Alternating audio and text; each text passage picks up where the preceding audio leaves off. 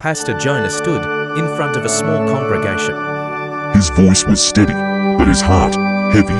It was a Sunday morning. And as always, he delivered his sermon with passion. But today it felt different. The pew wasn't as full as it used to, and the offering basket could barely cover the church rent. All the needs of the church and its members, a church that had once been thriving, his sermon touched people's heart. People flocked to him for spiritual guidance, but times were changing. But the pastor never gave up on his call and the altar of God, cause he had the conviction. He refused to follow the trend of society, but had faith in God, forgetting his pains, but still gave word of hope and encouragement to people who were troubled. After a meager dinner, Pastor Jonah lay on his bed staring at the ceiling. With his wife beside him, he had seen the pain in her eyes, the children's school fee and the cupboard barely empty.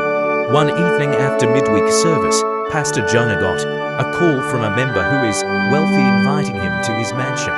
He knew what the call was for, cause he has been asking him to preach about prosperity, something more exciting, more tempting. The next day, Jonah stood outside Mr. Aid's mansion with his Bible, with sweat trickling down his back as he entered the luxurious surrounding. Felt like another world. Mr. Aid smiled warmly, but there was something cold in his eyes. Pastor, this is a good time to take the ministry to the next level. You can't let principles hold you back when there is so much potentials.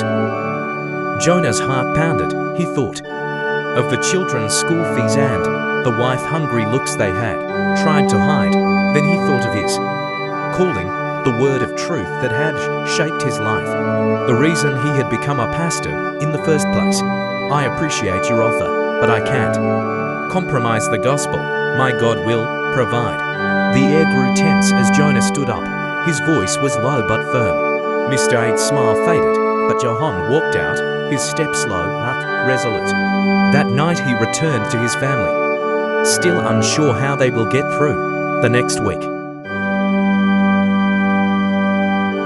But in his heart, a quiet peace stirred. But it was his calling to carry that weight, the one less travel. As the days passed, Jonah continued to preach, his congregation smaller, but more devoted. Word spread of his steadfastness, and slowly new faces began to fill the pews. The road ahead was uncertain, but for the first time in months, Jonah knew that the burden was not his to carry alone.